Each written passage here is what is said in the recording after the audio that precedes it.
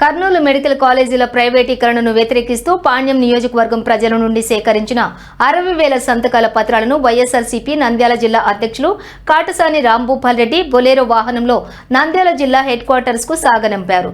Jagan 17 medical కాలేజీలు తెస్తే చంద్రబాబు వాటిని ప్రైవేటీకరణ చేయటం దారుణమని రాంభూపాల్ రెడ్డి విమర్శించారు. కోటి సంతకాల సేకరణ ఉద్యమంలా చేశామని ఈ నెల 15న గవర్నర్ కు అందిస్తామని తెలిపారు. నిరుద్యోగులకు ఉద్యోగాల హామీపైన ఆయన కూటమిని ప్రశ్నించారు.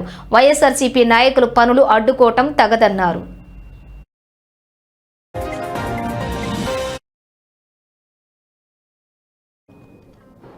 జగన్మోహన్ రెడ్డి ఆదేశ ప్రకారం 17 మెడికల్ కాలేజీల ఆనాడు వైఎస్ఆర్సీపీ గవర్నమెంట్లో శాంక్షన్ చేసిన 17 మెడికల్ కాలేజీల్లో 5 మెడికల్ కాలేజీలు పూర్తి చేసి రన్నింగ్లో 2 కాలేజీలు కూడా పూర్తి చేయడం జరిగింది.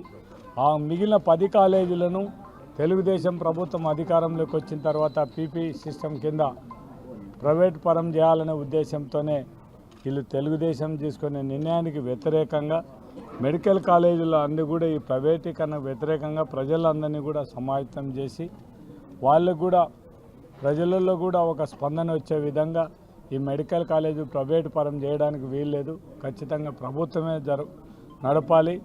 జగన్మోహన్ రెడ్డి గారు మంచి ఉద్దేశంతోనే మెడికల్ కాలేజ్ శాంక్షన్ చేశారు కాబట్టి మీరు పబ్లిక్ పార్ట్నర్షిప్ కింద ఇస్తామంటే మాత్రం ప్రజలంతా మేము ఒప్పుకోవడం లేదు. ఖచ్చితంగా గవర్నమెంట్లోనే గవర్నమెంట్తోనే కాలేజీ రన్ చేయాలనే ఉద్దేశంతోనే ప్రజల దగ్గర ఈ పాణ్యం నియోజకవర్గంలో 60,000 మంది సంతకాలతో పైనే ఈరోజు ఈ కార్యక్రమం పూర్తి చేయడం జరిగింది.